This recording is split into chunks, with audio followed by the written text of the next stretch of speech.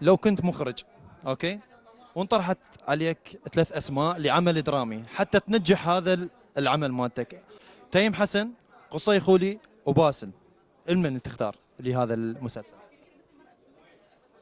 بختار الثلاثة. ما يصير اسم واحد؟ بختار أكيد بختار طيب، الثلاثة. شكرا جزيلا، شكرا جزيلا، نعم. شكرا جزيلا. العفو.